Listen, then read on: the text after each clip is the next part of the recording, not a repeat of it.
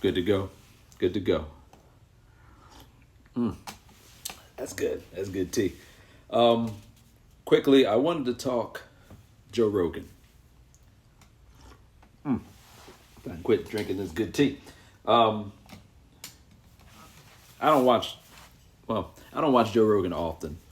Um, but what I like about him in times I've watched is that for the most part he tends to be objective. I like that he's so inquisitive.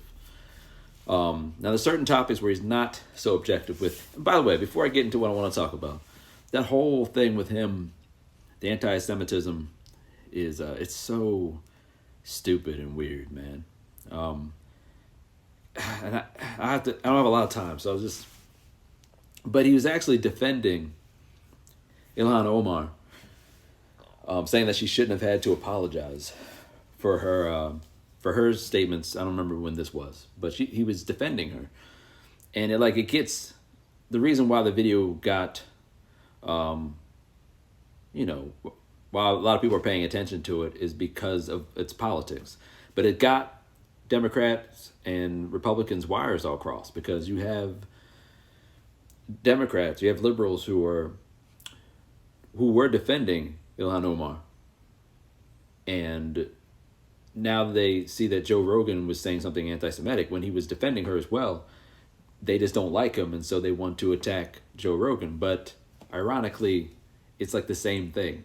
You know what I'm saying? Like, her intent wasn't what people thought, and his intent is not what people think. It was like a throwaway comment he made. You know, he's in like, he talks. He's just riffing. You know what I'm saying? And he's a comedian.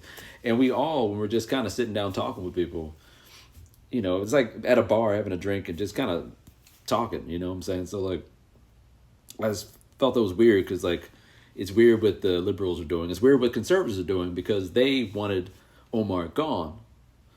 And yet now they are coming to the defense of Joe Rogan, thinking that Joe Rogan's on their side. In some ways he is, but that's a whole different story. But they're coming to his defense for the same thing that Ilhan Omar did. So it's just, it's so stupid. But anyway, not what I wanted to talk about. I wanted to talk about when he had on, I want to say his name is Adam Curry. And apparently, I don't know much about Adam Curry, but apparently he was an atheist. And he goes around debunking a bunch of things. And he decided that he was going to look into what he felt was a conspiracy of God, Christianity, right? And in doing so, and I'm seeing these stories more and more, in doing so, he became a Christian. That is good tea. I don't know what I did, but it was great. In doing so, he became a Christian, though. So that's a win. Win for Christians, man. We don't get a whole lot of wins these days. But I just find those types of stories, just interesting, pretty cool. And of course, you have Joe Rogan, who is, I guess, agnostic, maybe.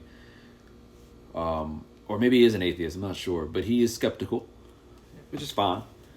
But he was looking for, like, proof. He was asking Adam Curry, where's the proof, though? Where's the hard proof of Jesus's existence?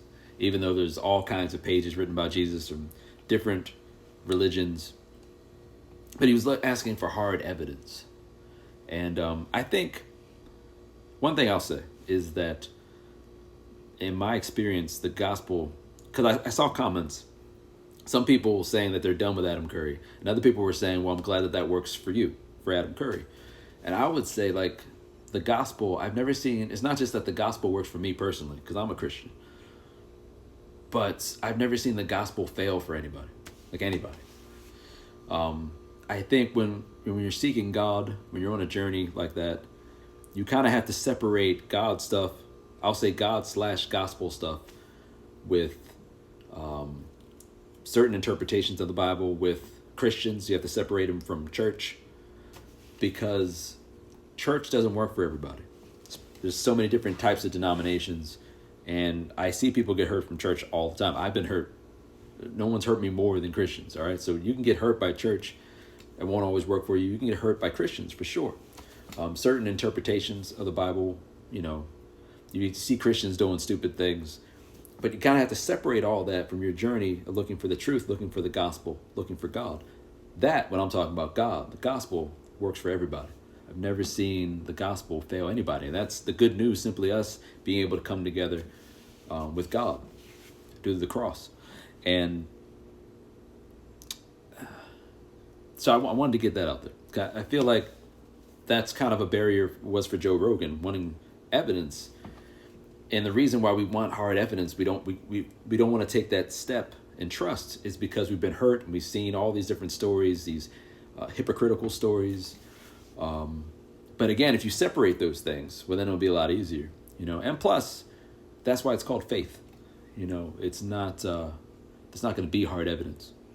I think that even if you're a person of science, you can respect that. I mean, to me, science is always peeling back layers of God, trying to understand something.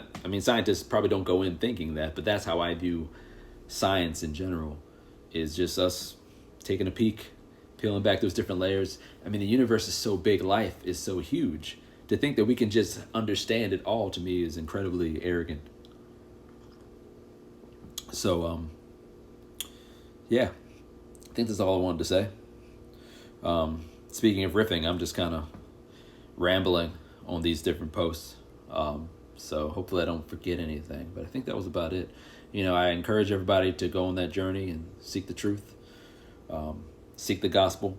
And again, try to separate those things, because Christians can be horrible. Just like they're people, and people can be horrible. Don't let that deter you from seeking the truth, seeking the gospel, because it works for everybody. Win for Christians. Peace.